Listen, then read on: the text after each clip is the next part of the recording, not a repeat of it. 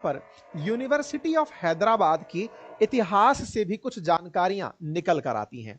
कहा गया कि यूनिवर्सिटी ऑफ हैदराबाद, जिसकी स्थापना 1974 में तत्कालीन प्रधानमंत्री इंदिरा गांधी जी के नेतृत्व में हुई थी, इस यूनिवर्सिटी को प्रॉपर एक स्थान अलॉट किया गया। आंध्र प्रदेश सरकार ने इस विश्वविद्यालय के लिए 2300 एकड़ जमीन आवंटित की थी और यह जमीन जिस क्षेत्र में आवंटित की गई थी वो जमीन असल में हैदराबाद के बाहरी किनारों पर स्थित थी। जनरली एकेडमिक प्लेसेस को शहर से बाहर ही जगह दे दी जाती है, यह सोच करके कि पढ़ना तो सबसे लीस्ट का काम है, कौन पढ़ेगा, जाओ इसे शहर से बाहर दो।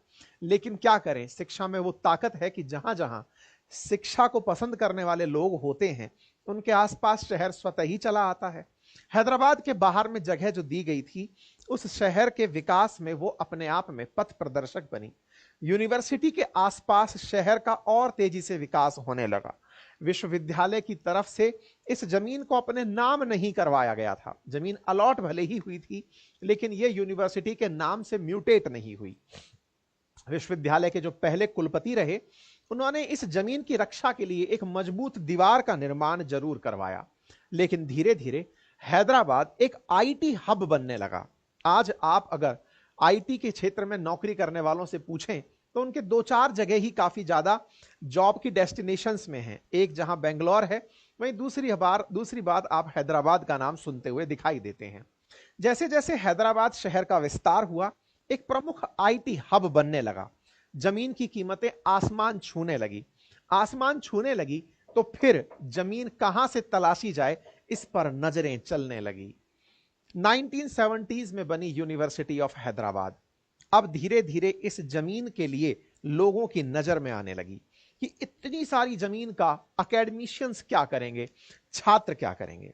हैदराबाद का एक तरफ तेज शहरीकरण चल रहा था, वहीं दूसरी तरफ विश्वविद्यालय की जमीन का कुछ हिस्सा विभिन्न परियोजनाओं के लिए उपयोग में लिया जा रहा था। दौर था 1990 और 2000 के दशक का, जिस समय चंद्रबाबू नायडू संयुक्त आंध्र प्रदेश के सीएम हुआ करते थे। तेलंगाना 2014 में बना। ऐसे में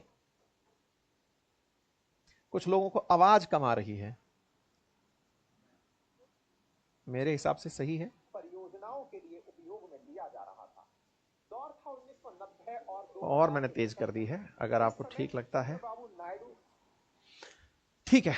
ऐसे में चंद्रबाबू नायडू के द्वारा यहां पर जीएमसी बाल योगी स्टेडियम के लिए 1500 एकड़ जमीन यहां से निकालकर दे दी गई। यह एक समय था जब 2300 एकड़ में से जमीन जो है वो स्टेडियम के लिए निकाली गई। धीरे धीरे समय बढ़ा। 2003-4 में आईएमजी भारता विवाद निकलकर आया। उस समय की सरकार ने 400 एकड़ जमीन को एक निजी कंपनी जिसका नाम आईएमजी भारता प्राइवेट लिमिटेड था, उसको खेल सुविधाओं के विकास के लिए दे दिया गया। बवाल इस बात पर खड़ा हुआ कि इस कंपनी के पास में कोई भी बड़ा इतिहास नहीं था अपने काम करवाने का, लेकिन इस कंपनी के द्वारा विश्वविद्यालय के अंदर से 397 एकड़ जमीन को हड़पने का प्रयास किया गया। इस मामले को तेलंगाना हाई कोर्ट के अंदर चुनौती दी गई।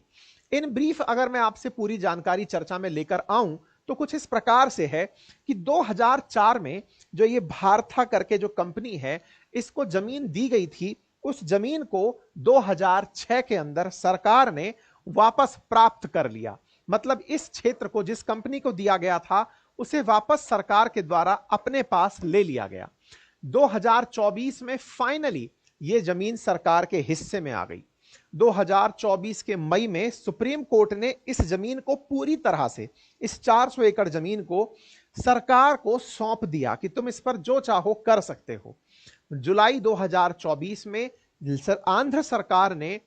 तेलंगाना सरकार ने इस जमीन को Telangana state industrial infrastructure corporation limited को दे दिया। ये बिल्कुल वैसे ही है जैसे राजस्थान